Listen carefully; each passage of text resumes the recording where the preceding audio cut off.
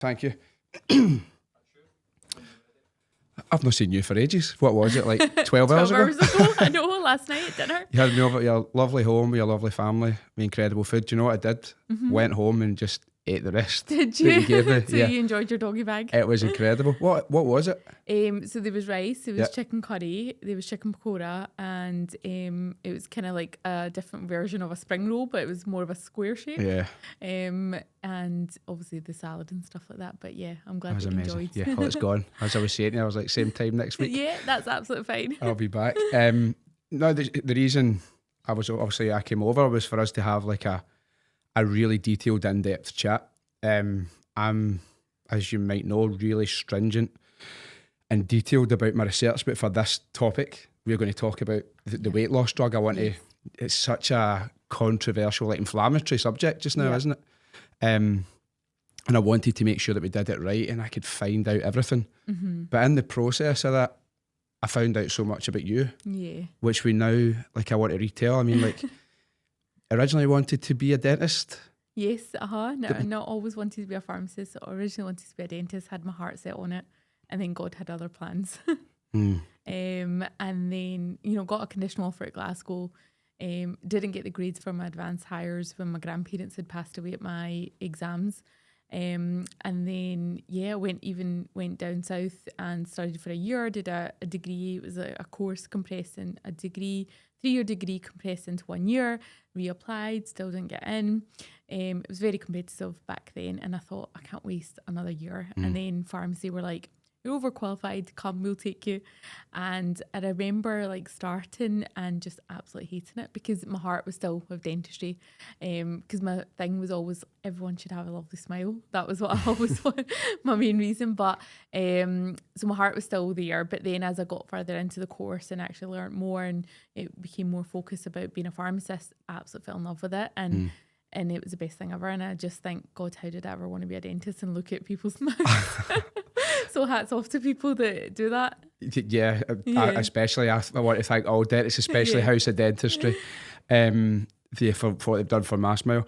Was academia or like, were your family very like focused on you and like your siblings studying and getting exams? Is that like a big thing? So I was a bit of a geek anyway, so even without my parents like kind of saying to me like go and study, I was a bit of a geek, right? You should have seen me when it was exam time, the notes would come out, the highlighters, everything. I had the best notes ever. But I think my mum and dad certainly encouraged us to obviously go out and pursue like further education. They weren't things that my mum and dad had the opportunities to do.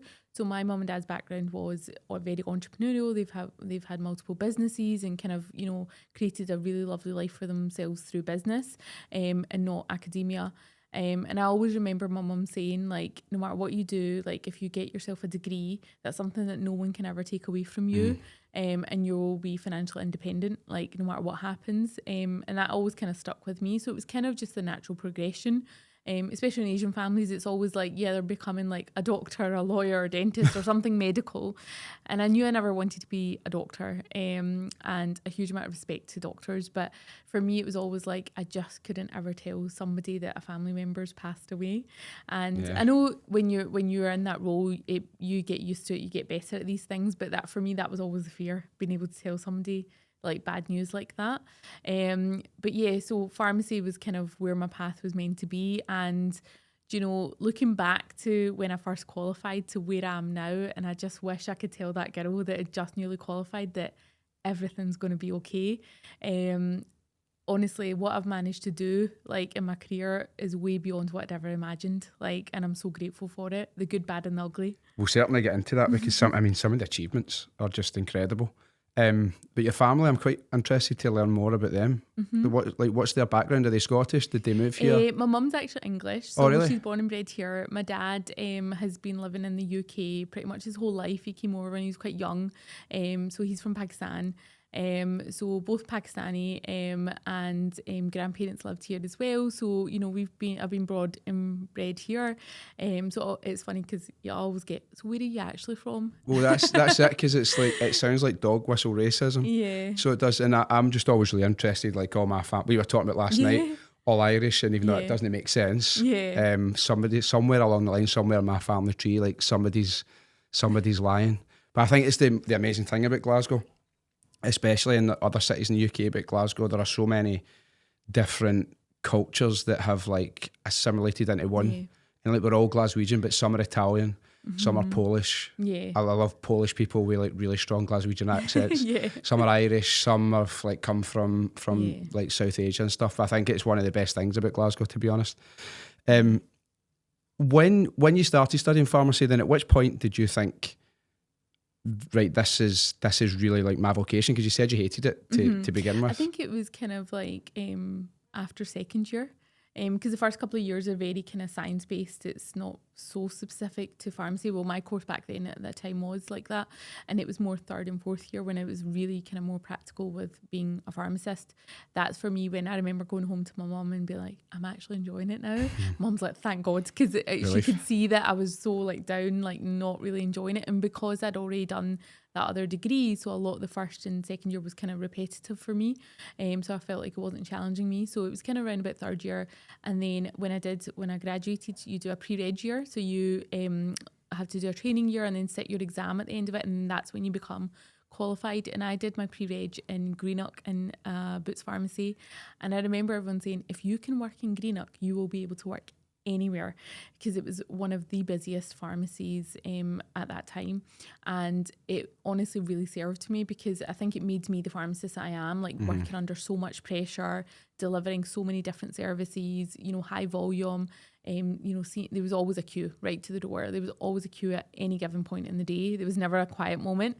So that really set me up. And then from when I then qualified and passed my exam, I went straight into management. It was kind of, it was just the path. It was like, well, I can do this. And normally a lot of my peers, what they did was they just got base pharmacist jobs, they locumed, kind of less responsibility. What does locum mean for those of us not familiar? Locum just means is like you're self-employed, you kind of work in different stores where the gaps are and you go and support the stores. Whereas a base pharmacist would be, you're employed, you're in a particular one store, and you work and you're kind of with the same team. So, with locuming, you have more flexibility, I suppose, because you just book your shifts as and when. But I went straight into store management and then kind of progress up the career ladder, because I think that's what we're almost taught to do. You go and get a job, you can graduate, you get a degree, you go and get a job, and then you work your way up the corporate ladder, isn't it? And that's kind of what I started doing and thinking that's what everyone does. I mean, that's your thing. I remember seeing that as well. But instead, I just kind of pissed about and then moved to Spain. And it turned out okay. Like, thank God. Yeah. But yeah, I get that feeling of like expectation. It's quite hard to deviate away from that though, isn't it? I mean, expectations from like, family, but also just, society as well. Like we're just told like, back then as well, like, I mean, I've been qualified like 13 years. So I qualified in 2012, that's 13 years, so obviously back then it was like a degree actually meant a lot, but nowadays, like 12 years later, even people that have got top first class degrees, they're not guaranteed a job because the economy's changed, like the industries are changing, and so it was kind of expected, that's just what you do. So did you get sort of the odd like sideways glance when you said, I'm going to kind of deviate from the norm and go and work in this other way? Because we'll go on to discuss how it's kind of served you well, but I can imagine people looking thinking, what, like that's not the done thing. Yeah, I mean, there's definitely like people that just don't understand it because they would never have the courage to do something like that. So it's easier for them to kind of discourage you or kind of, what are you doing sort of thing, because it kind of almost reflects on them about maybe their own insecurities or just their own courage, lack of courage of going out and doing something different, and taking a path that no one else goes on. And especially for a female as well, because I didn't, take a different path before I had kids. I've kind of done it at a time where I've had the most on my plate, being a wife, being a mum and all of that. So, looking back, if I had to change anything, I would have done it a lot sooner. What's that like in business? Because we were discussing it last night. There's the expectation for women to almost surpass the expected standard of men while being a wife, and like you've got the two most gorgeous, cute wee girls I've ever seen. They're a handful and they don't stop. And it's like you're running the house. You say that being a wife, you're doing all these business things. Like how do you manage that? I don't, and I think that's really important to say that, because I think people will look at social media and think that person got it all figured out, and that's never the case, no matter how amazing you are. it's never the case. The ball slips sometimes. But what I just try and strive to do is just be better than I was like the day before. Progress, or not what perfection. was like last year. Exactly. And I think some of the things that I've learned like to do, it's been difficult, is ask for help. Because I'm the eldest out of all my siblings. So as being an older sibling, you're kind of like the fixer, the most responsible, like, you know, doing all the things and kind of in charge. So that was instilled in me from a very young age to just kind of get on with it. And you're the one that's always giving the help rather than taking the help. And, you know, coming from a big family as well, being one of the eldest, you know, amongst all the cousins and things. So asking for help was a big thing. And that's something I've kind of had to get better at over the last couple of years, especially when things have been very full on. So asking for help, I think getting a good support system around you, like my husband is the most amazing support for me, and I definitely couldn't have done all these things. And if someone was to ask me, how have you managed to do it? The number one reason is because I've got that support from my husband, and I am so appreciative and very aware of the fact that not many people have that support. That makes it difficult. I mean, to me, it was so like visible and like so obvious, like just getting on with stuff and doing things. And I think it's only not to for a second ever talk down dads or anything, but in terms of the traditional roles you'd have kind of grown up seeing, it's like noticeable in a very good way, but it's partnership, isn't it? It 100% is. And, you know, long gone are the days where, you know, the man was just the breadwinner of the house, and like, you know, the mum would stay at home and nurture and raise the kids. Nowadays, to have a decent lifestyle, both partners need to be working. Both partners need to equally be looking after the house and raising the kids, because that's just the way life is now. And I think actually there's something really beautiful about that, because my kids now get a very present dad and a very hands-on dad. Hands-on, and you know, and actually, I think society thinks it's always just about the mum, but actually the influence of a strong father figure is just as important. Yeah, absolutely. Before, I've got a question I wanted to ask about being a woman in the industry. But what I've meant to ask earlier was, what makes a pharmacy busy? Is it the area that it's in? Is it linked to deprivation? Yeah, so what you'll see is the most number of pharmacies are in the most deprived areas. So community pharmacies, obviously, they're NHS based, which means that obviously our healthcare in Scotland especially is free. So there's a lot of services and prescriptions that are free. And so with the most deprived areas, you'll also see a direct correlation on the poorest health outcomes. So they are the most unhealthiest patients, or the most patients are ill. When you look at affluent areas, they have better health because they're eating better, they have more education, awareness of health, and things like that, and access to other services. So what makes pharmacies busy will be, obviously, it will be the area that it's in, but at the same time, an affluent area will maybe have more private services that will generate more income and grow the business, and maybe less of the NHS side. So it's a whole mix of things. It's funny that you learn about that dividing line, or the sort of postcode lottery thing in school. Like, that's your modern studies thing. And we learned about Bears Den in Mulgai. My grandpa and my gran, a large chunk of my family, originated in Drumchapel, right in the very last street, which is called Kilcloy Avenue, I'm sure. And to get to where my grandpa stays now is it's like a 2-second drive. You honestly could walk it. And the difference in just how the place, I don't mean any disrespect by this, but just how the place looks and the lives of people, it's absolutely nuts that it could just be this wee dividing line. The difference of one street to the next. It is. How much did you learn from that, like being in that area? Because I'm assuming you come from like a family that's done well and, you know, a great household and stuff, and then all of a sudden you're kind of catapulted right into the midst of almost like people's issues as well. Yeah, 100%. I think before I became a pharmacist, right, everyone has like kind of opinions of like certain preconceptions and misconceptions of patients. And like, let's talk about patients like that are on methadone. The very common cohort of patients that I used to see in my pharmacies, and as a kid, you know, they are some of the most genuine and the nicest people that I'd ever came across. They were the ones that respected and were, you know, genuinely so lovely to me, more so than patients, the ordinary patients that are walking through the door. Now, obviously, perception is that the methadone patients are the ones that are, kind of given a hard time, and then a patient that's maybe not on methadone, maybe from more of an affluent area, like they're better. But actually some of the, really well paid and people that were living in affluent, homes and driving nice cars, they were the ones that coming in and had no manners, were so rude, so disrespectful, to me as a pharmacist, if their prescription wasn't there, the GP hadn't sent it down, and I'd get the abuse. But actually I've got very fond memories of some of the stories that I would have with my methadone patients. They were the patients that I would see every single day. Now when you see someone every single day, if they're having a bad day, or if they're maybe not themselves, or something's bothering them, or if they're having a good day, or they're looking really well, notice every little thing like that. And we were as a pharmacist, you're in the pharmacy teams, we're the only kind of healthcare professional that would see them that closely. Like when they would go and see their drug worker, they would maybe go and see them like once a month or once every few weeks, or their GP. Then they would have an appointment for 10-15 minutes, whereas sometimes I'd sit and talk to them, if it was quiet, I'd have a good chat with them. And what I learned so much was that every single person has a story. And there's a reason where they've got to in their life. They didn't just wake up one day and say, I want to be a drug addict.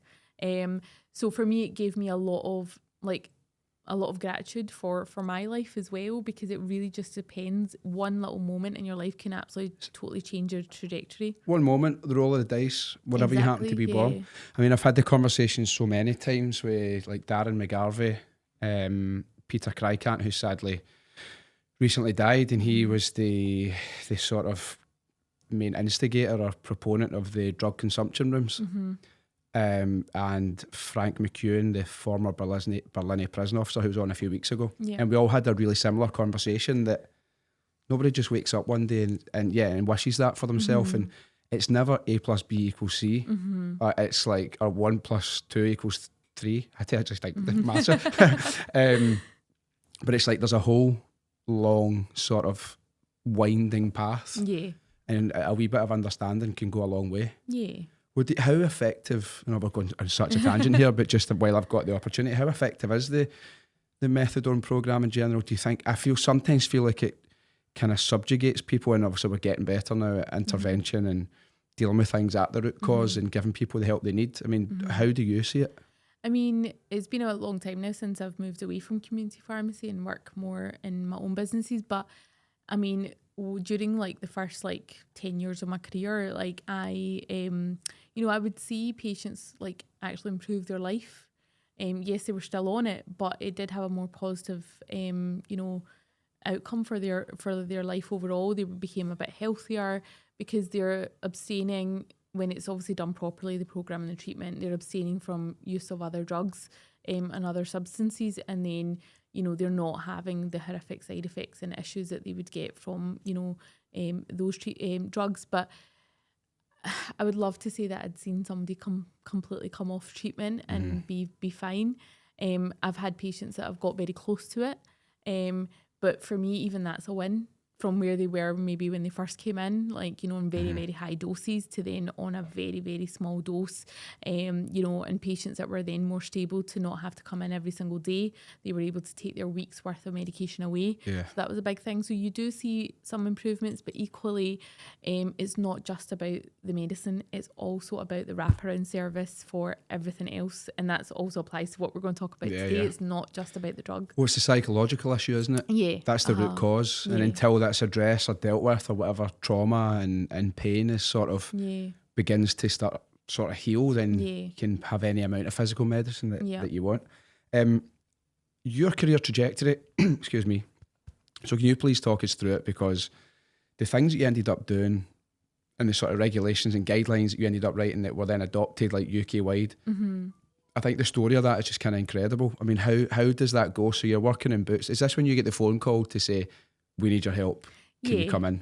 So I'd been working with Boots. I'd worked my way up to quite a senior store manager, and I kind of got to a point where I was I thought I was one of the good guys, but actually I'm just a number. And unfortunately that happens in big kind of corporations. And, I'd given it my all, and I had got to a point where I was just really overworked, not appreciated, and I just thought, I can't keep doing this. I had my first daughter, and I ended up just making a decision, not doing this, and I fell pregnant with my second baby. And for me, that was a big kind of push to say, you need to change your life, because I think Oops, I'm sorry about that. it's okay.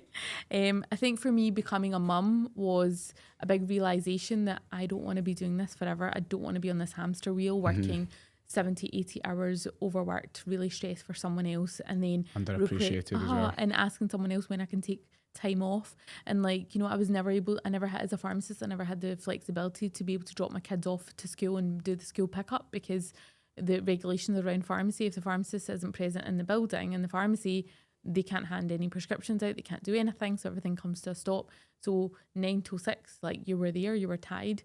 So I had no flexibility. So when I went on maternity leave after having my second baby, that was in 2019, I was due to go back in 2020, and I made a big bold decision that I would only go back 2 Sundays a month. And that was it. So I was working as a store manager full time to then 2 Sundays a month. I had another wellness business that was doing really well, that's supplemented the income that finally allowed me to make that choice. And COVID had just hit as well. 3 weeks into lockdown, sadly, my brother passed away. So that was a huge moment, that really changed everything for me. It was obviously unexpected, but I think for me, it just really just reiterated that life is too short.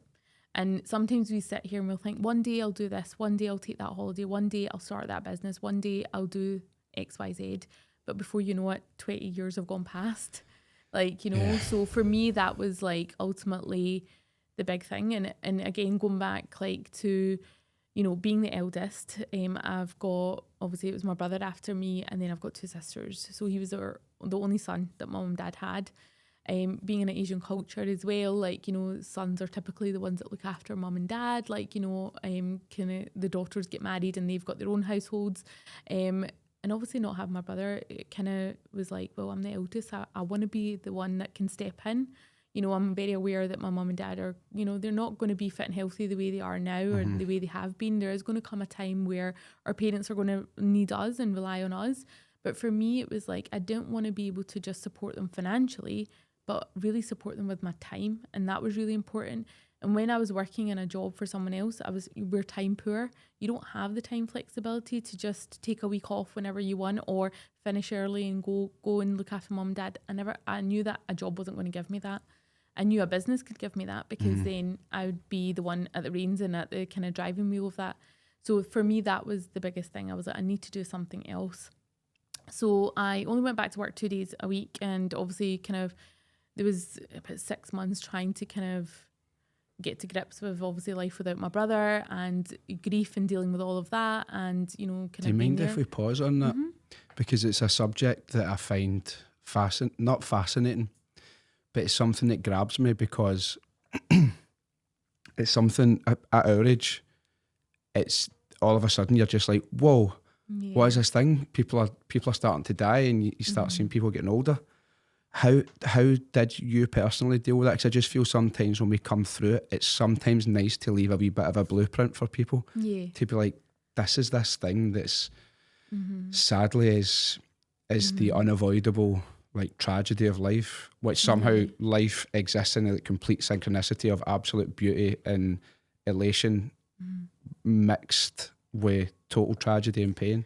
Yeah, I mean, I don't think I've got a full blueprint of how to deal with it, because obviously no one does. Yeah, no one does. But I think what obviously happened with us was that obviously when my brother passed away, it was very sudden. So me, my husband, my kids, my youngest was only about 9 months old, so I was kind of still postpartum. Your hormones are you're not yourself, so, and then throw in grief all of a sudden. So we actually all just, the day that happened, from that day I stayed with my mum and dad in their house for about 4 or 5 weeks. It was Ramadan as well, a few days after he'd passed away. So we had that very kind of special time in a way, it was a blessed month. And my main priority was just making sure that everyone around me was okay, making sure my mum and dad were okay, because the thought of them having to bury their son. Like no parent should have to do that. Horrible. You know, so that was kind of the main focus. And then when I obviously moved, you know, obviously I couldn't stay at my mum's forever. We did obviously then come back and try to normalize like life with our kids and stuff as well. I think for me, that's when grief hit me, because because up until that point, I was too busy making sure everyone else was okay, and I never actually kind of dealt with it myself. So it hit me then, and then I really struggled. I was very, very fortunate that I had really good friends around me that were checking in on me every single day. And they were my support network. But I had to get therapy. I had to talk to somebody, because it wasn't just about navigating life without my brother and dealing with grief. It was also about how do I navigate now difficult relationships because of how other people are now dealing with their grief as well. So no one really talks about that, because that was really tricky for us. Well, for me personally, being the eldest, trying to make sure everyone else is okay, but then also trying to be patient with other people that are going through their grief as well. It was tough. So I had to have therapy, and then like even now till this day, like I have to do a lot of work in our healing, like energy work as well, to like make sure that not even just about the grief, but anything in life, any trauma, any things that we go through, you have to work on it, actively work on it to be better, because otherwise we all just walk about with unhealed trauma. You know, You're which is not me good.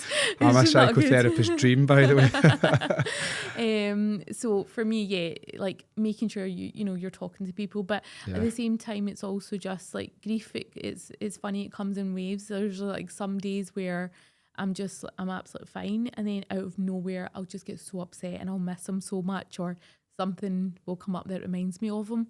You know, and I really struggled actually to go and visit him at his grave, like, and you know, and I don't go that often, and then the guilt comes in, like maybe I should, but for me I just struggle, because even now, you know, 5 years later, like I stand at his grave and I'm still like, how, like, you know, we don't have the answers, but I think faith is a big thing that kind of helped me through it as well, is just, you know, knowing that this was already written. Like I'm a big believer, like your whole life is already written, like it's already written by God. It's there. Whatever's going to happen is going to happen. And but it's also up to you to kind of take the step to make and it navigate happen. it. Yeah.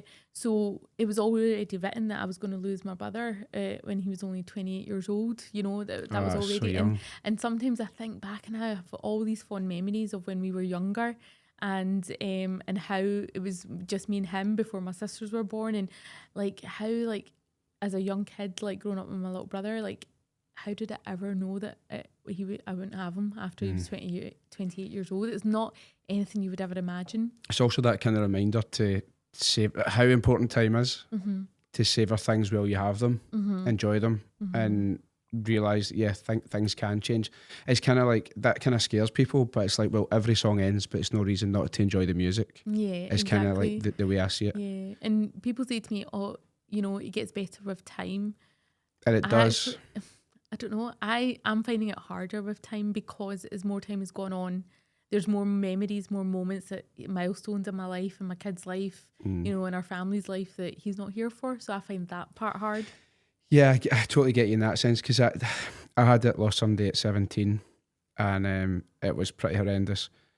And over time, I think because I was so young, so over time you kind of make peace with it. Yeah. But it all came back around full circle, and it hit me 10 times harder, I felt, because I looked at all the things that I had done, that people in our friends group had done, and I was like, how shite that he also didn't get to do the same. So I do completely understand that. But I always say this to people, and I kind of have to preface it by saying, like, to hear me out before I finish it. But so there's a Native American belief that one of the biggest sins you could ever commit is to miss somebody who's passed on. You hear that and you're like, what? That sounds horrendous. Yeah. But it's basically saying that where they've gone is so spectacular and peaceful that if you were to go to them and say, like, would you like to come back? They'd be like, no, like, fuck off, I'll wait here for you. Like, this is amazing. Yeah, and I believe that as and well. It's that, I think that brings like such a peace. And the other one is Viktor Frankl, who wrote a book called Man's Search for Meaning, which is like one of the top selling books ever. And he was like I think he was a psychiatrist or psychologist in Vienna. I should know this, I've read the book. and he had a client who would come to him who couldn't get over the death of his wife, and he just couldn't ever hack it. And he just changed his viewpoint on it. And he was like, let's just say we flipped the roles and it was you who passed. How do you think your wife would have dealt with it? Mm-hmm. And he went on to explain, well, I think she would have crumbled because I kind of deal with the house and the money and that type of thing, but I don't think she could have dealt with the grief. She would have lived in misery. And then he's like, well, how beautiful a thing is that to save her taking that burden, like you took it for her. Aww, And it's just about flipping that and being like, okay, so you bear that cross for people that you love. Yeah. Sorry for kind of going deep into something so emotional, okay. but I just feel it's so part of what's to come and how that shaped kind of how you see the world, how you apply yourself to your work, and kind of what's made you, in my eyes anyway, such an expert. I mean, talk to me about your role as a board member. Where are you a board member of? That's pretty spectacular. So last year I was elected as a board member for Scotland for the National Pharmacy Association. So they are a member body that represent independent community pharmacies. Now, this was never something that was ever on my vision board or anything that I'd ever thought that I would do. But the opportunity was there, and it happened, and I was elected. And then I was elected mid-cycle because the person before, they had left. So I then had to be re-elected for the next cycle in January this year. So that's me now opted in for another 4 years, which it blows my mind because I'm the youngest board director the MP have ever had in history. Now this they've been around they've been around for over 100 years. How proud of your family? So proud. And it's funny because especially the kids, like, trying to explain to them what a board director is of the MPA, they're just like, what?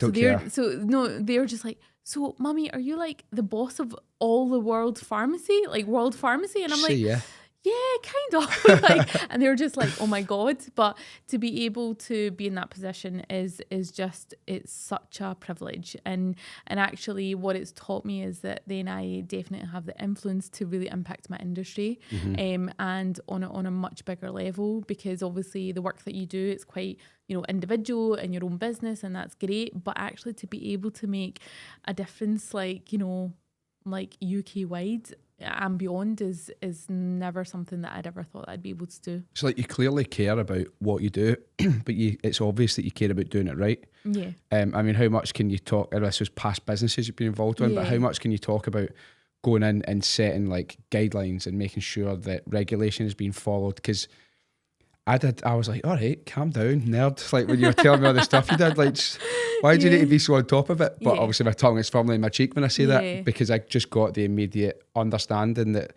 right, this is somebody who does things the right way. Yeah. So I think the kind of perception that some people have of pharmacists is like, you just stick a label in a box, like, and, we get that a lot. Sell those wee lollipops out of the whistle. Yeah. And I think for me, it was about really, like, I've had that in my whole career, like, why does it take 10 minutes for you to dispense a prescription? But it's like, general public don't realise what actually happens, like what our role is. So the GP will diagnose and they'll write a prescription.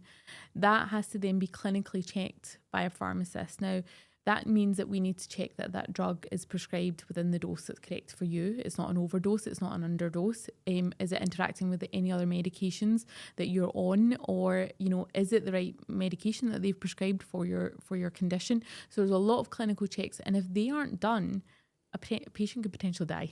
Did someone not prescribe or give a woman Viagra? Yes, yeah. So there's the things you need to catch. And there were things that I've had to catch through some of the governance work that I do. It's like, I mean, that's not like a kind of life or death situation, right, okay. But the principle is the same.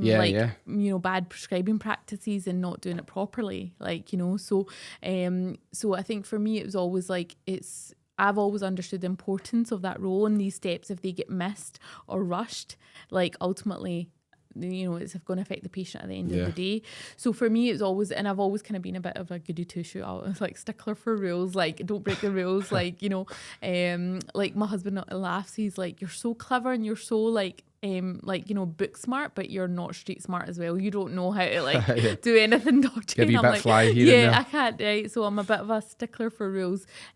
So I had the opportunity, like my background was always community pharmacy with boots and stuff. And then obviously when I kind of left and started kind of just doing other things, that I had an opportunity to go and work in the online pharmacy space. Now, that was never anything that I had any experience with. But again, it was just that willingness to then just take a chance and learn. And again, that's something that not everybody would have done. They would have been like, nope, totally out my comfort zone, not doing it. It seems slightly at odds with your personality as well, because although you do things a different way, you're very much like, oh no, I'll stick away from that. I think it was more about, I was attracted to the being able to fix something, because that was the thing that I was with Boots. I was the fixer. So I'd get put into stores that were really badly performing, poor patient safety, poor standards, like poor performing teams. And I would go in and I would really nurture the teams, develop them. And through that, I would get the results of the business then, being in growth. And then I'd get moved to the next store. So I was always known as a fixer. And then when the online pharmacy kind of opportunity came along, it was definitely an opportunity to fix something that was, that I could see that had potential, but, was just not being done properly. And it was all about let's just follow the rules and then we can do it properly. So this is like a friend colleague of yours who had set one up. Right, okay, and he just needed you to come in with the magic wand and do everything. And actually, it was such a steep learning curve for me because I never had the experience, but actually being able to say yes and get out of my comfort zone then led to so many other things. So then, supporting them, working very closely with the General Pharmaceutical Council, who's our regulator, it can open up opportunities for me to then set up my own consultancy business, because what I quickly learned was so many other people needed this help. They didn't understand the regulations, they didn't understand what that meant and how they should be obviously developing their businesses. So then I started doing consultancy work, and I helped loads of businesses up and down the UK with online pharmacy specifically, but even community pharmacy, because the principles were very similar. And I absolutely loved it. I loved kind of seeing businesses from the very beginning when they've not even started, and helping them like get their license, get them set up, pass their inspections, and then on to growing, or going into businesses that were already up and running, but I could see that there was huge areas of improvement, and ultimately to keep patients safe and for them to be compliant. I loved that. I loved going in and kind of doing that and working with clients. And during that process over the few years, I had GPs, I had other pharmacists that said to me, Sarah, you're really good at this. Come and set up an online pharmacy with us.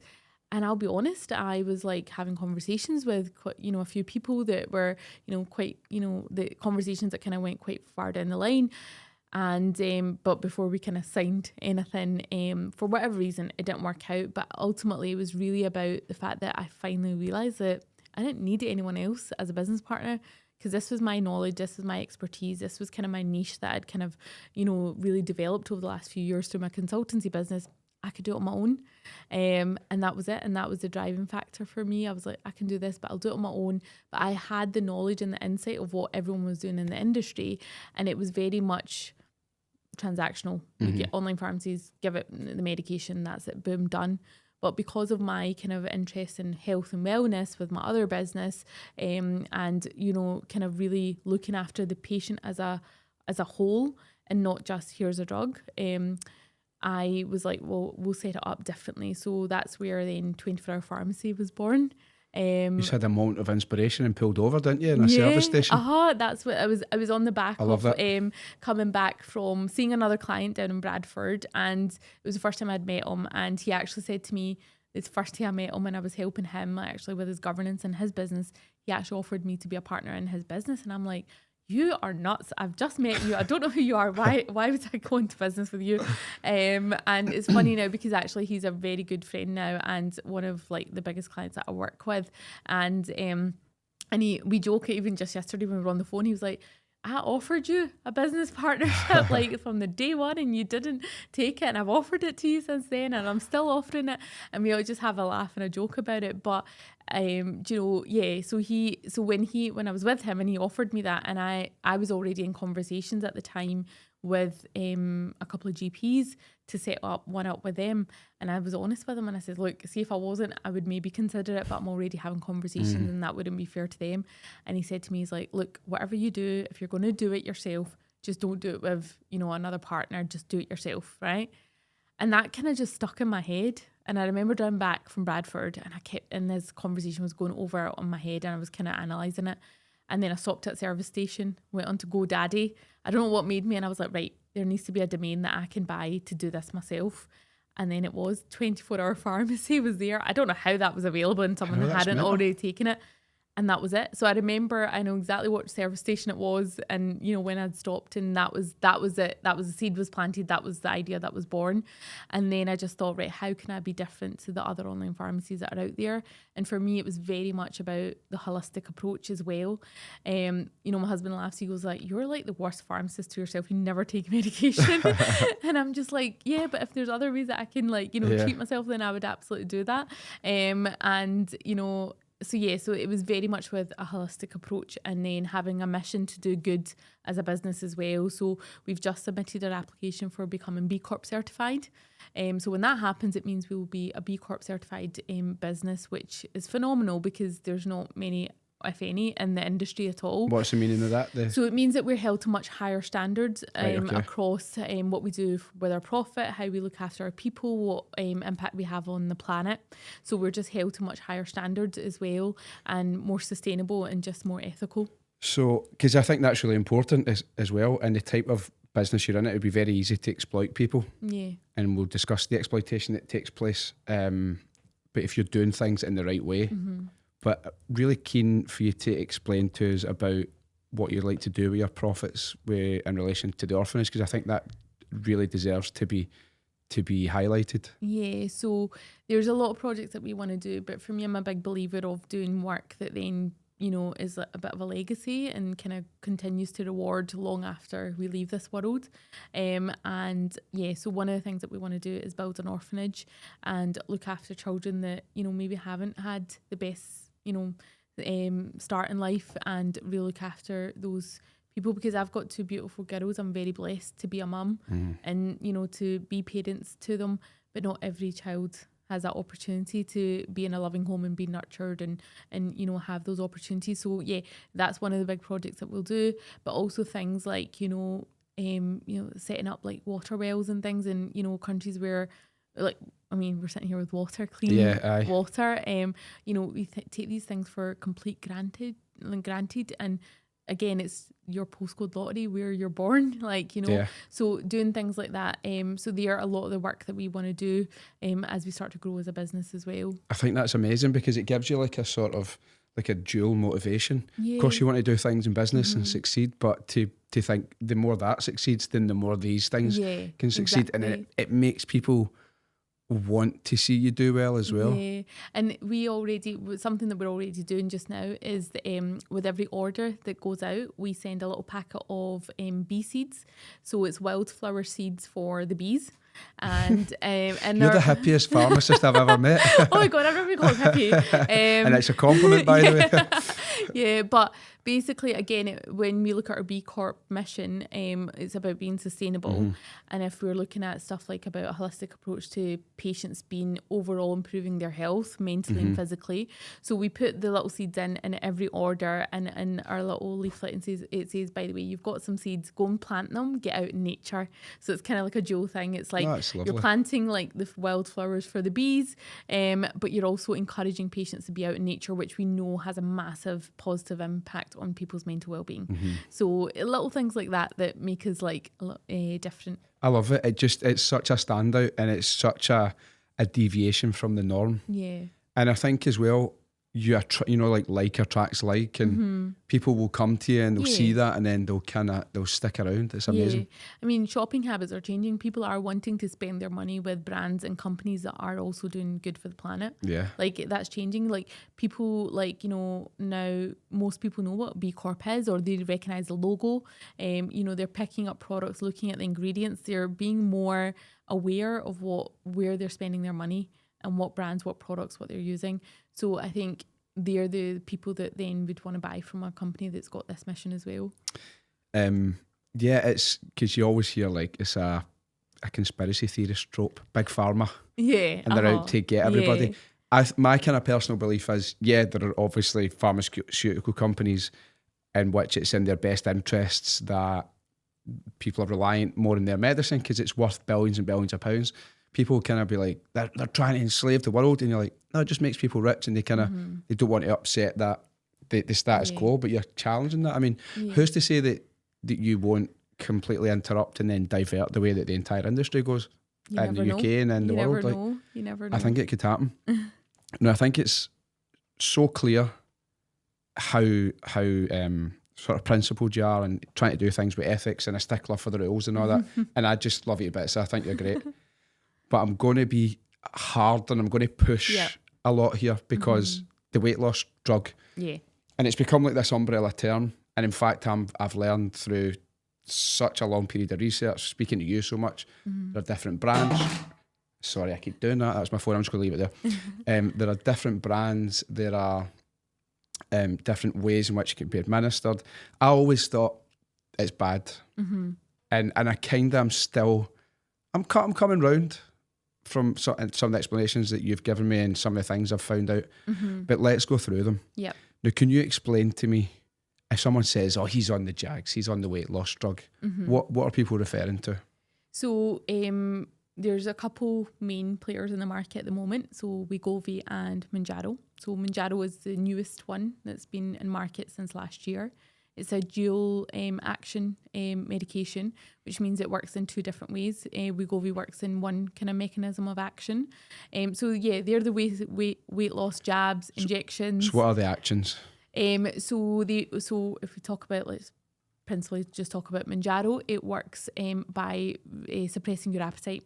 So it works on your kind of satiety hormones, so it controls your appetite so you don't feel as hungry. But then it also increases your satiety of food so you feel satisfied with what you're eating and not having to then get the snacks in between your meals. It makes you feel fuller for longer as well. So that's how Mounjaro works. Wegovy primarily works by suppressing your appetite, so then you don't feel as hungry, you eat less, and then obviously you're in a calorie deficit. I feel like, because on paper you're like, oh great, that sounds so simple. That Wegovy one, it makes me think, well, if it suppresses your appetite, how the hell can you be getting enough nutrients? And is that when people start to look a bit malnourished? Or, because you get what's called Ozempic face. Yes. I mean, can you tell us what that is? So Ozempic face, Ozempic is the same drug as Wegovy, but it's a different brand. So Ozempic and Wegovy are brand names, but the drug is semaglutide. And Ozempic is actually licensed for diabetes. Okay, it's not licensed for weight loss. Wegovy is a brand that is licensed for weight loss that came out later on. But what was happening was, especially with celebrities, kind of, you know, behind the scenes, a lot of people were using Ozempic off license for weight loss. And then they were using it in a way where, like you said, they're restricting their calories so low, the suppression was too high, they're maybe not getting supported around diet and lifestyle, and then they drastically lose a lot of weight very quickly, and then you get the Ozempic face, which, you know, makes it very obvious. It's like the face is drawn right in. Yes, sunken. It's sunk in.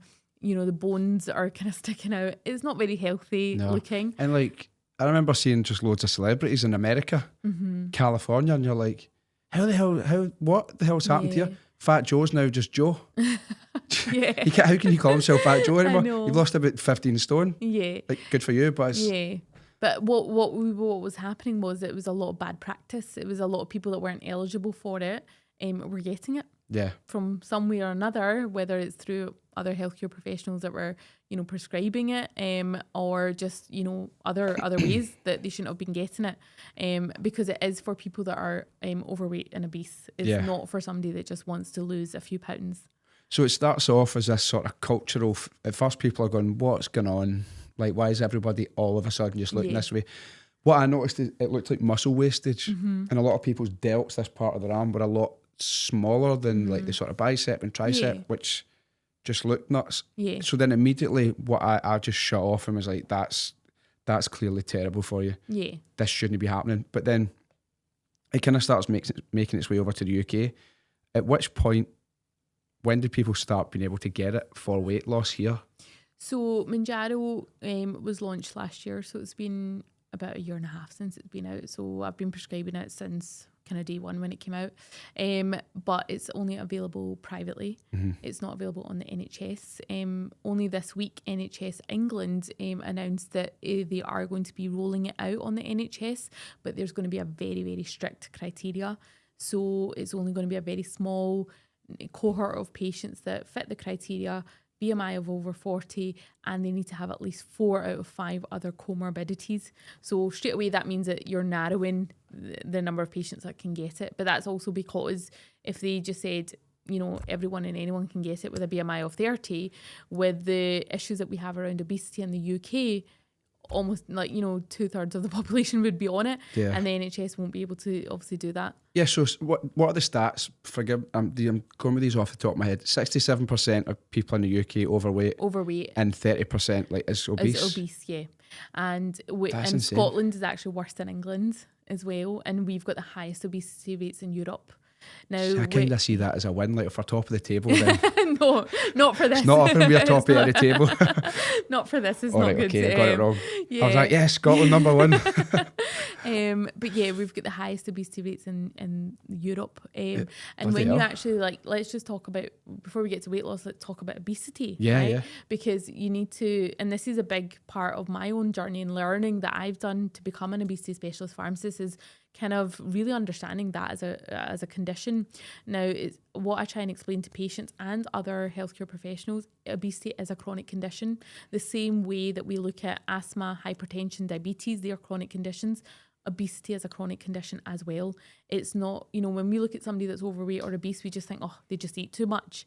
And it's not as simple as that. There's a whole dysregulation of hormones in that patient's system, in their body and their brain, that then leads to them becoming overweight and obese. So there's issues there, that it's not that they just can't, they just want to eat loads and they've got no self-control. There's a dysregulation there. Yeah, and I feel it's like a psychological compulsion. Yeah. I think similar to, and I'm not just saying this like out of nowhere, just from things I've kind of been reading and picking up, there's a lot of similarity to gambling. Yeah. And it's like in that there's a compulsion that you cannot override. Yeah. That you almost get, that kind of controls you. Like I get it. I get why people would, like, who am I to ever say to someone, oh, you don't want to look your best or kind of lose weight, even if it's just from an image perspective. Yeah. I mean, is that something that you kind of, how do you tackle that when someone comes to you and they're like, right, I need this drug? Like, what's your screening process? Because it's very stringent, isn't it? Yeah. So obviously you have the licensing. So the first and foremost point would be to make sure that they're eligible to prescribe. So we prescribe for patients with a BMI of over 30 or a BMI of 27 or above if they've got at least one other health condition, such as diabetes, hypertension, high cholesterol, sleep apnea. So that's the first licensing part. So they've got to meet that first threshold. Then after that, we look at so many different things. We look at what kind of lifestyle they're living, what their kind of basic knowledge is around diet, what's a typical food diary for them, what makes them want to eat, what are the triggers, is it stress that's affecting them, like how long have they suffered with obesity or being overweight. On average, patients that were in the clinical trials for Mounjaro, they had suffered with obesity for 15 years. Now, you need to understand, like, again, if we're really accepting obesity as a chronic condition, which we should, we need to understand the physical, the emotional burden that has on someone's day-to-day life. Yeah. Even simple things as walking up the stairs, it's going to affect them. And again, somebody that's of a healthy weight will take that for granted, but also obesity is linked to poorer health outcomes. And that's the key thing for me. Yes, obviously someone wanting to look and feel good is, someone's first primarily goal when they maybe come to me. Yeah. But actually the bigger issue that I want to support with is stopping them from developing heart failure later on in life, stopping them from getting diabetes, or adding on 10 years of their life, because they'll shave 10 years off if their BMI is over 40. And literally, as we've just been talking about, getting to this age and people dying and losing people, and how valuable that time is. Yeah. When I was a wee guy, if I had 10 years, I'd be like, what's 10 years? 10 years is worth more than every penny in the world. Yeah, exactly. Especially if someone's ill, like they would an extra 10 years on their life expectancy is gold for somebody that knows that death is actually around the corner with an illness. So, obesity is also linked to so many different cancers as well. So when you are overweight and obese, you are more likely to develop these things, further health outcomes, poorer health outcomes. So, and then that has a direct link on the burden that the NHS has right now. So we're an aging population. We have more and more people that are then overweight and obese, which then means that we've got more patients that are then coming through with diabetes, heart failure, which then obviously need to be treated, through the NHS. So the NHS is under so much burden just from obesity as the one condition. So it makes sense to tackle obesity, help people live healthier lives now before they develop these poorer health outcomes. It absolutely does. I mean, I've said it here. I think I've spoken about it on TV before, and I'm always happy to say, look, I have new information. Mm-hmm. I think I said what I said with the best intentions, but I can accept it now knowing more. That actually, okay, I think I jumped the gun quite a bit, but then some of the issues I still do have, like yesterday we chatted about it, the pancreatitis issues and people, like their fatalities, and I think that, right here, I've got it here. Apparently, there's a news report today. Yeah, 560 cases of pancreatitis linked to the drugs in the UK, including 10 fatalities. Yeah. I would never in a million years go, it's only 500. And the kind of grand scheme of things for the amount of people using it, like that is a small percentage. Yeah, it will be 0.0 something. So, but what's the cause? Why is that happening to them? So when I've obviously seen patients that have then ended up in a hospital, and there's reports of patients that have died, when you actually investigate and look at how it got to that point, that end result, a lot of it starts from how they actually access the medication, right, which causes issues at the end. So people getting it from non-medical prescribers, so people that aren't educated or qualified to prescribe this. And can we call a spade and say, like, going to a beautician's Yes, and getting it?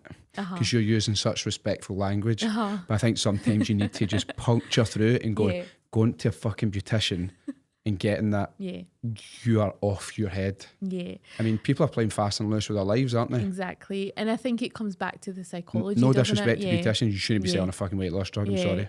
It's a prescription only medication. It's a high risk drug, right? It needs to be prescribed for an individual patient, and it needs to be, the drug itself needs to come from reputable wholesalers, licensed pharmacies. It's not just... it blows my mind how somebody in a nail salon or a beauty salon has Manjaro. I don't understand how and because do they? Well, that's the thing, because that's a big question mark. Yeah. Is that actual Manjaro? Because to get legitimate, real, authentic Manjaro, it would be, you'd have to have a pharmacy license, who then you're buying it from a wholesaler that is registered. There's a whole chain supply chain that, is monitored. So I'm like, well, if you don't have a license, so how are you getting Manjaro? And then the question is, what is actually in there? Yeah. And the amount of patients that I've had that come to me for, I want to just get the proper Manjaro now. I've been using these vials, and it's like, I don't even know what's in that. Stop it. But it goes back to how desperate people are living with being overweight. Sorry for calling you a crackpot. Yeah. Because that's a good point. It's a good point. It's desperation. Yeah, it's desperation. It's just because I see it kind of people on TikTok and stuff, and I always get embarrassed when I admit that to using that app. Such a wee kid's app. But it's so entertaining. It's so entertaining. It's fun. But somehow I ended up deep down this rabbit hole. And I'm seeing people and you're like, aye, cool, great, you're losing weight. But if you want to come to my group and you can talk about buying it, and you're like, why is there not a regulator kind of clamping down on that? Yeah. I mean, I get sent one, I'm not going to say where, someone who are 100% not licensed. I know that for a fact, just by a quick glance. Yeah. Not a pharmacist or a medical professional, who had put up like a picture or post to like loads of party bags and said, and I thought this was horrendous, have you overindulged this Easter on Easter eggs? Don't worry, I've got you covered. Oh. And you're like, so what? Like, what? How can that? Surely that's a criminal offence. Yeah. So we're here trying to tackle obesity as a chronic condition, and then you've got people, offering weight loss just to lose a few pounds. It's like, no, that's not what it's here for. Well, I mean, because it's the cowboys that I think are the issue, and maybe that's where a lot of the danger arises. Yeah, so I think a big part of like some of the work that I do is educating patients, right? How do they access this medication safely?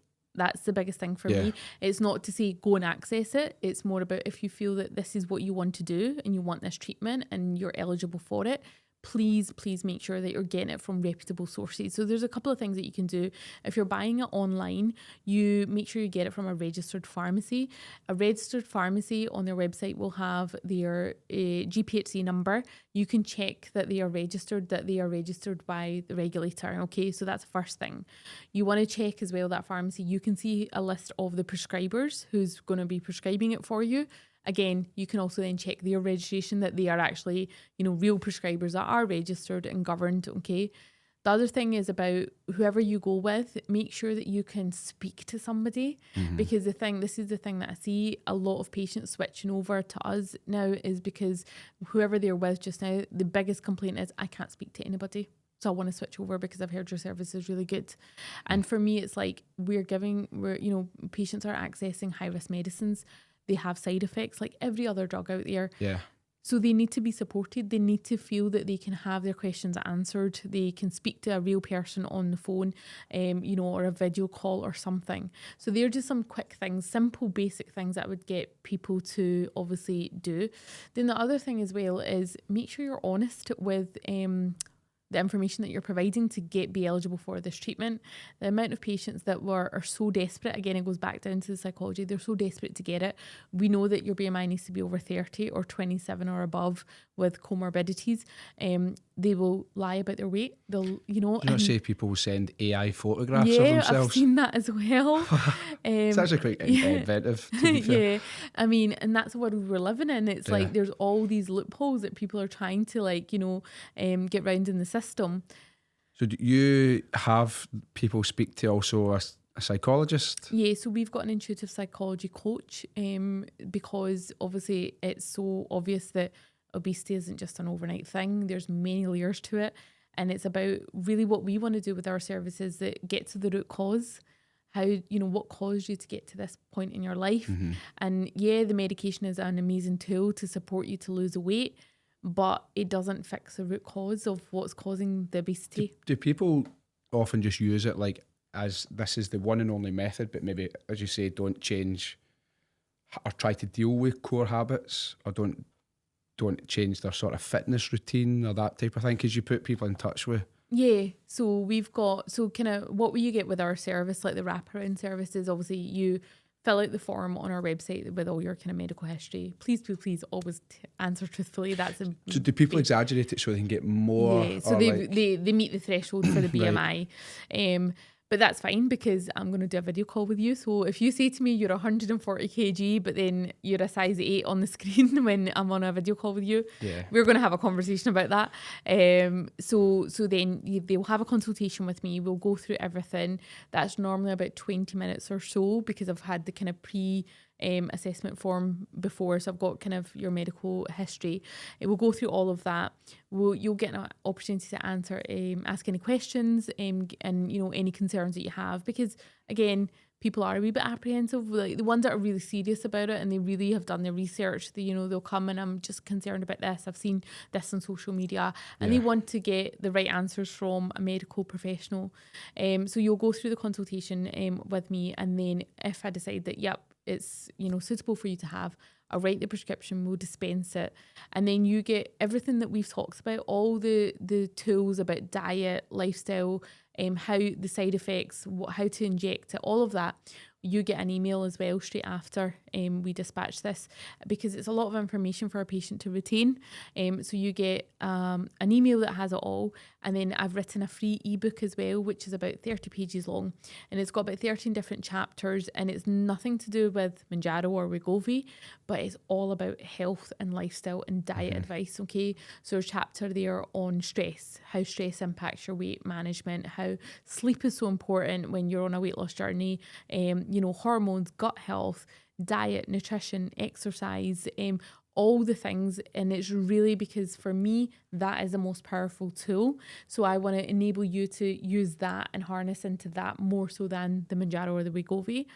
So you get that ebook free of charge as well. And then you have access to speak to me at any point in the month of when you start your treatment and ongoing. Then when you obviously are up for getting your next prescription, we go through the same process again. You have a video call with me and we go through everything again. We check in with your progress. And what I found is that is the thing that really supports patients the most, because they are able to share with me, I've had a really crap week, I've maybe not got to the gym, or I'm feeling really, really rubbish. But that's where I get to really encourage the patients and say, well, that's okay if you didn't get to the gym, but look, you did your steps, you hit your protein target, or you've done X, Y, Z, it's okay. Because I think sometimes the anxiety around having to do everything 10 out of 10, eat, gym, everything and repeat. Nobody possibly can. Nobody can.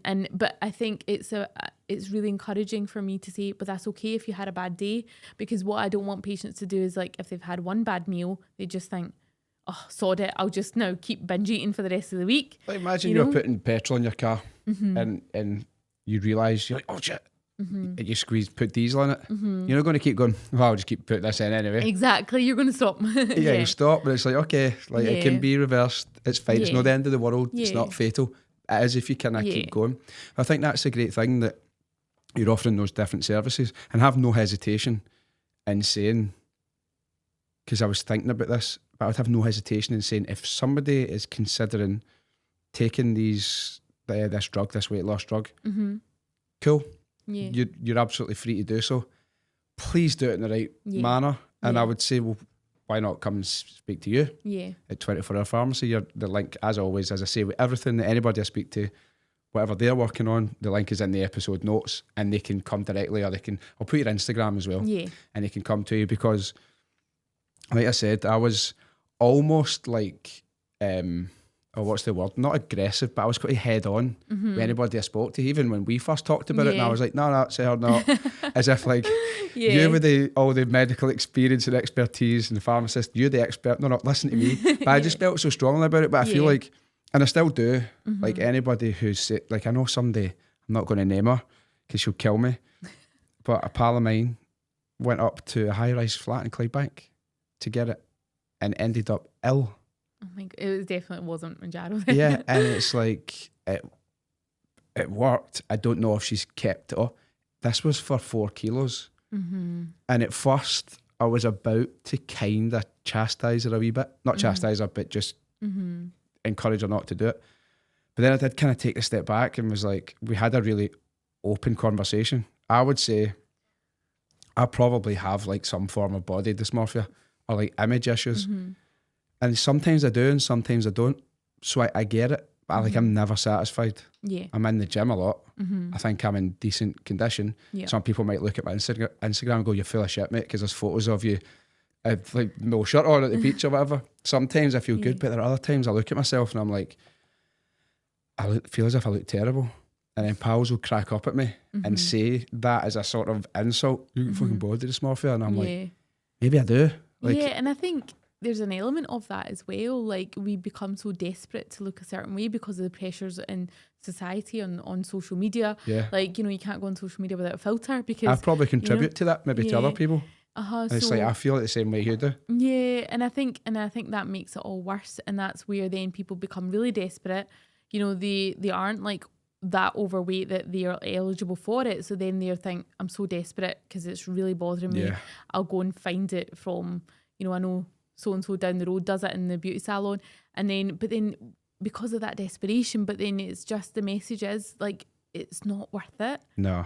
But like we were talking about, getting the basics right, like I've been doing just as a wee side thing. I've been loving it, like doing online fitness coaching. Yeah. Nicola Campbell's the absolute pinnacle of or the example of success of that. I think she kind of tongue-in-cheek said, I've been considering getting the doing the weight loss drug. I do not think she would have qualified for it, to be honest. But she wasn't totally satisfied. And I was like, it's not even about the gym, it's about the core pillars, like you said. Sleep. See, when I don't sleep well, I wake up and I'm like, I want 2 rolls and sausage, a pan of chocolate and a flat white with whole milk. I just crave all this stuff. Yeah. So your cortisol's high, you're craving carbs, but it's like, get good sleep.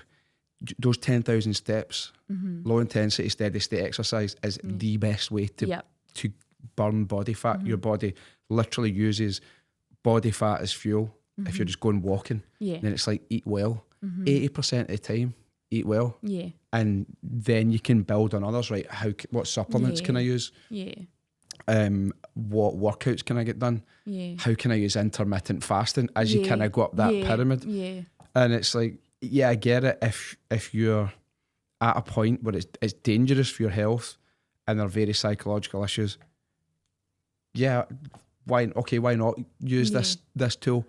Just don't be hammering the highest. I mean, who am I to tell anyone? But just, would you back me up in that and saying, don't be hammering the highest dose. Don't just be using it for a year. Yeah. Use it to get you to a point, and then get to that point and you're like, because what was the stat?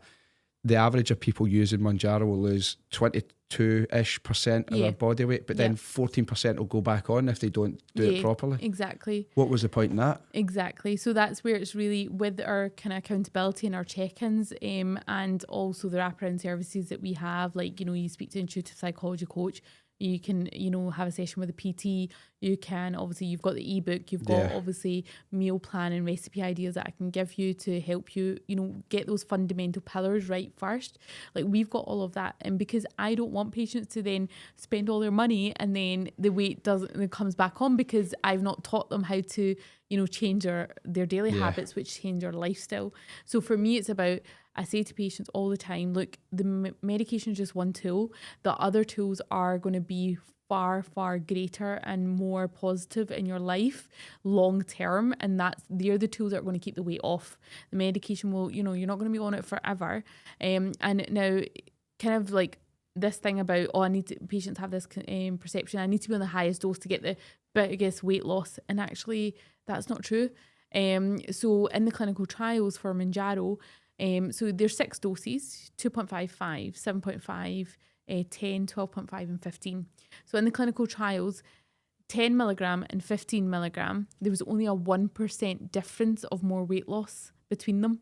Wow. So it wasn't like there was a significant more percentage of weight loss more on the 15 than there was on the 10, only 1%. But obviously higher the dose, higher the risk of side effects. So you have to balance that. So I say to patients, it's not about a race to the top and, getting to the highest dose. It's not. Our job is to find the happy medium for you. One where you're losing weight steadily, you're managing the side effects, but you're also not so reliant on the medication that you're not leaning into the diet and exercise. Yeah. That's really important.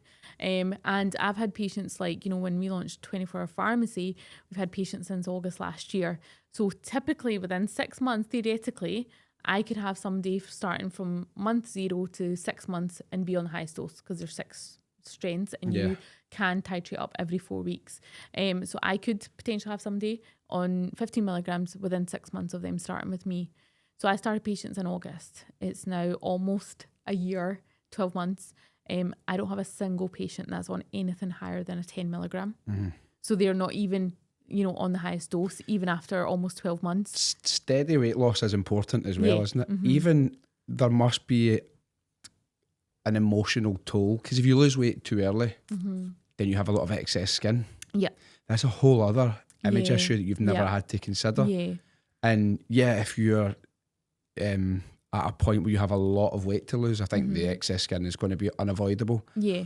You can mitigate that in a way, because the slower you're losing weight, the more your body can kind of adjust. Yeah, no, definitely. So also the quicker you lose it, the higher the chance of rebound weight gain.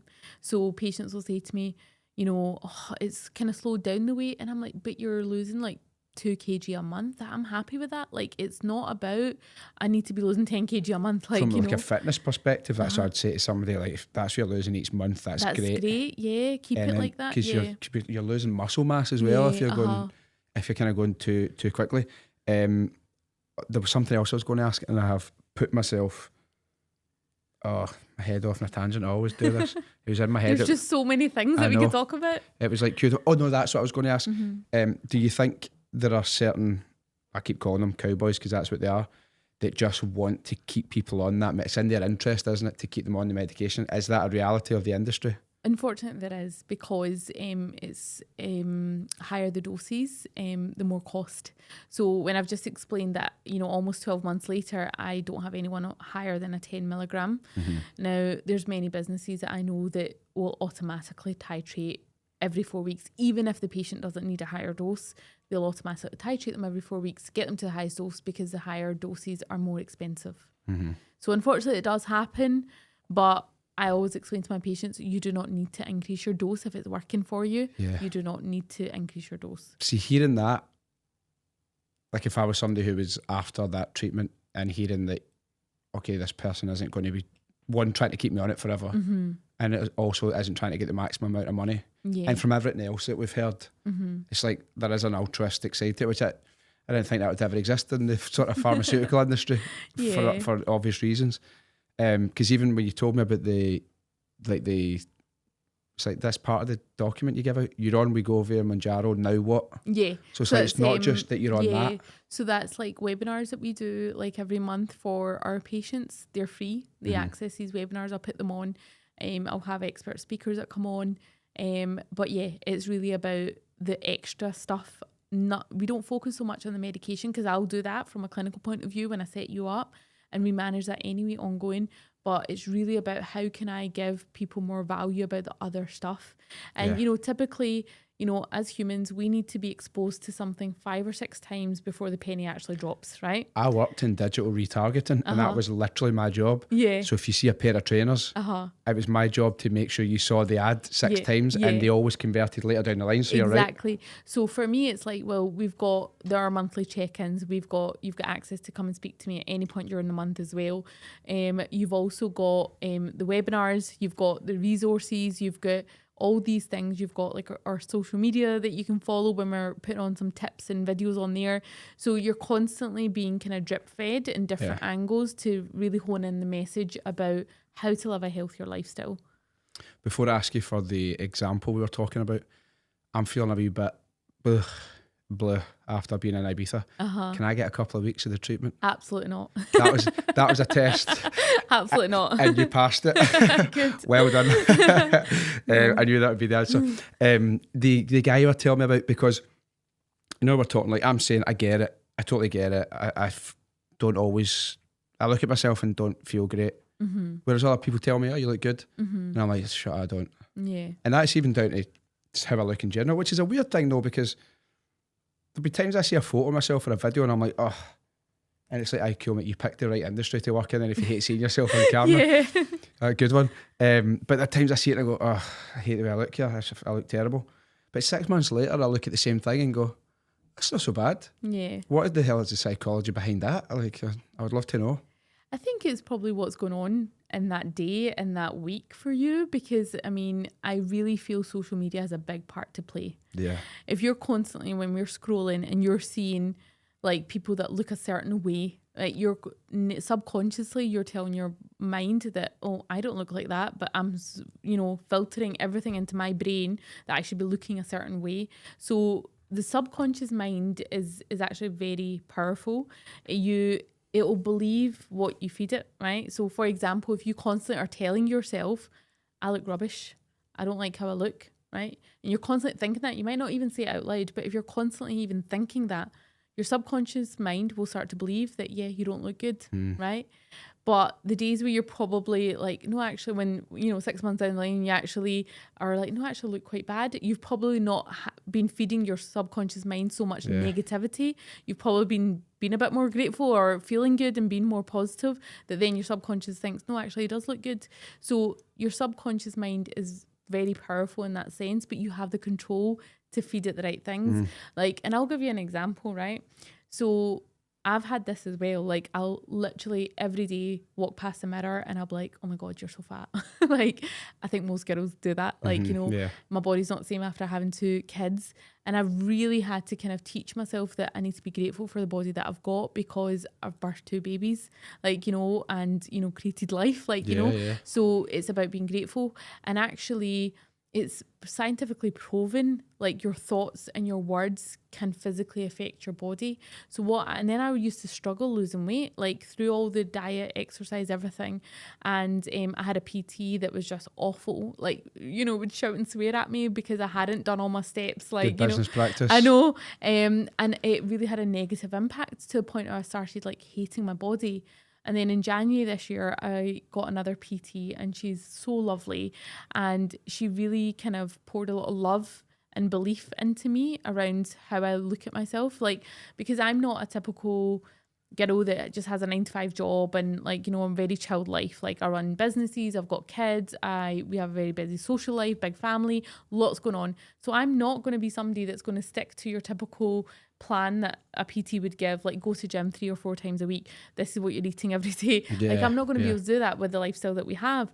Whereas she kind of gave me a bit of breathing room to say, that's okay, Sarah. If you've had a meal out, like that's okay. Just get back on it. You're meant to. You're supposed to do those things. That psychology completely changed. Yeah. And it made me feel more positive. And now I bloody walk past the mirror and I'm like, I look bloody good. Like, you know, and actually it has been the easiest way to lose weight now because all I focused on was my diet and my steps. And it's funny because in the pharmacy, I've got a walk pad and a standing desk. And me and my sister, we were like literally fighting over the walk pad. It's my turn, get off, I need to do my steps because it became a habit. To the point now I've got now 2 walking pads so we don't fight over it. But actually for me, it was also about, I'm like teaching patients about the diet and the nutrition and all of that and the mindset, tell them to be more positive, all of that stuff. And I was like, it kind of naturally just kind of started taking my own advice. And then from January to now, I've lost 15 kg just doing that, focusing on the diet and the nutrition. So that gives me even more belief in my own experience that actually, yes, Mounjaro would be amazing for patients that are eligible, that need it. But really, the gold is through the diet and the exercise. And you can't replicate the great feeling from exercise either, can you? Yeah. Like, I mean, I always say I pay a gym charity. Like, I've got a membership. I don't ever go. Yeah. You're David Lloyd Renfrew as well. David Lloyd as well. David Lloyd Renfrew, I'm looking down the barrel. You should be paying me the amount of people I send their way.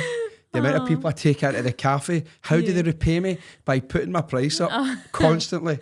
They should be paying me. I constantly recommend people. Do you know what I'm going to do? I'm just stop recommending people. I'm going to recommend that they go elsewhere unless they come to me and make me an offer. And that's a promise, not a threat. Yeah, they're going to end up banning me. I know. I'm like, you don't come to David Lloyd, I'm barred. Yeah, sorry, carry on. But like when I do go to the gym, there has never been a time where I felt awful after the gym. You just feel so good. You never regret a workout. You never regret it. You'll never be like, oh, I really wish I never did that. Like, you know. So it's kind of a good thing if people are coming to you, they're kind of being told, yeah, if you want us to give you the medication, you kind of have to adhere to these other things because we want to make your life better. Because I'm checking in on their progress and I'm like, right, so what changes have you made with your diet? Like, you know, how you managed with your steps this week? Like, you know, all that kind of stuff. So they're kind of having to answer. And of course, naturally, there'll be some patients that maybe don't make the changes and then they try and think, you know, they can just say whatever, but the results will show. Yeah. Because I've had patients that then, you know, have came to me as well, and I never started their treatment, but they've came to me because they wanted to switch supplier, and they were on the highest dose, 15 milligrams. So gave the first pen, that was all fine, gone through everything. Next month orders another 15 milligram, and when we're doing our consultation, he's like, I've not lost any weight and I'm really worried, like, you know, because obviously I'm on the highest dose. Where do I go from here? There's no further doses. And obviously at this point, I'm just like, right, surely by this point, you've been on treatment with another provider. You must be doing all the basics right. Of course, right? You would expect. This guy wasn't doing the steps. He was not eating enough protein. I think he was eating about maybe 40 or maybe maximum 60 grams of protein a day. You need 200 right? if you've got a high. Yeah, right. No exercise, no movement, nothing. And I was just like, right, so let's just strip it back to the basics, right? Because obviously you've been on 15 milligram for a few months, your weight's just plateaued. It's not going, you've still got weight to lose. So I says, for this month, I just want you to focus on 2 things. Increase your protein, get it up to X amount. And here's some recipes, you know, here's easy ways you can, you know, incorporate some foods in to up that. And I says, get the walk pad out. Because he was like, oh yeah, I've got a walk pad, just don't use it. And I'm like, look, get it out and do it, okay? Within 2 weeks, he messaged me already and he was like, something shifted, I've lost weight. And that was the only 2 things. We didn't change his Mounjaro dose. We didn't there was no higher dose. There was nothing else going on from the drug point of view. The change was coming from the diet and the exercise and the movement. And I think that really, he was a bit like, okay, yeah, this is what I need to be doing. Because the medication is not a magic cure. It's only going to do so much. Yeah, so it's you're making people's lives better then, Yeah. because you're giving them those better habits. Yeah, and I think as well, like how the mental health impact that it has when Yeah. you are healthier is phenomenal as well. It's like you're just killing so many birds with one stone, like, you know, when you do it with this approach. But equally, I wouldn't have those results if I just was transactional and just gave out the medication, because people wouldn't change their lifestyle, they wouldn't change their habits, their mindset wouldn't change, they wouldn't feel empowered, like, because they wouldn't be speaking to me every month as well. So, well, because beforehand, because when I started really coming round, I was like, I don't know, I still don't know if I would say that. If I would be like, yeah, come here and do it, but I am fully on board. I'm fully convinced, and I would quite comfortably like put my name to that and say to people, based on what we've heard and the holistic approach and the fact that there's all the other services, that you're not trying to extort money from people, and that there is a genuine concern for their well-being, that it's like, if you need it for all the reasons we've gone through, then get in touch with you, and they'll be in good hands. And it's funny because when I first set up the pharmacy with the big pharma company that make obviously Manjaro, they came and visited me, the rep, and basically was like, tell me how you run your service. And he was just so blown away. He was like, I don't know any online pharmacy that's our client that does it like this. He brought his like manager up from London to come and visit, marketing people to come and visit, and then they actually said, we want you to train for us. So I'm a clinical trainer for them now, teaching other healthcare practitioners. So they obviously trust you implicitly then? Yeah, so I now train other prescribing pharmacists, healthcare professionals on obesity management and prescribing Manjaro safely. So all the kind of things, how I do it. Like today, this morning, I had a session with pharmacists in Belfast, a group of pharmacists in Belfast. I had one yesterday and one this morning before our podcast today. And they were all just like, so I'm struggling with this. What do I do when a patient says this to me? And how do you manage somebody on maintenance? And what do you do? And I'm like, this is what I do. And they were just like, that's so helpful. And for me, it's not just about what I'm doing in my pharmacy. It's also about the bigger impact. Like, weight loss isn't going away anytime soon. It's going to get bigger. Currently, there's 73 clinical trials for newer drugs going on at the moment. So more drugs are going to be coming out onto the market. So it's not going anywhere. Yeah. And my kind of mission is that if we are then now supplying this medication, we're all doing it the right way. Well, that's, I think, probably the most fundamental key point. It's not going away. Yeah. It's only going to grow. Yeah. And it's better to then be able to... And I use the word influence not in the typical pejorative term that it's often used to put somebody down, but to influence better choices and better behaviours, because I care how people are doing things, and it's like, I don't want to hear about people dying. Yeah. Like, we get it, we've gone over it all, we don't need to keep going over it, but it's like, I get it. I totally get why you would want to feel better about yourself. Make more informed decisions then, and people should realise that you've got choice. Yeah. You have kind of options. Yeah, and just the risk of even just patients like, not, because obviously it's available privately predominantly. So in the private sector, we don't have access to your patient medical record, which is a risk, because obviously we're relying on the patient telling us their medical history and, answering all the questions truthfully. And so, but we don't have direct, access to your records to verify everything. So there has to be an element of trust between, prescriber and patient. So, as a patient, it is your responsibility to go to reputable places and get it, make informed decisions, answer truthfully as well. Because what you'll see in the media is, a business will get branded in a negative way because a patient's ended up in A&E because they've had, a weight loss jab.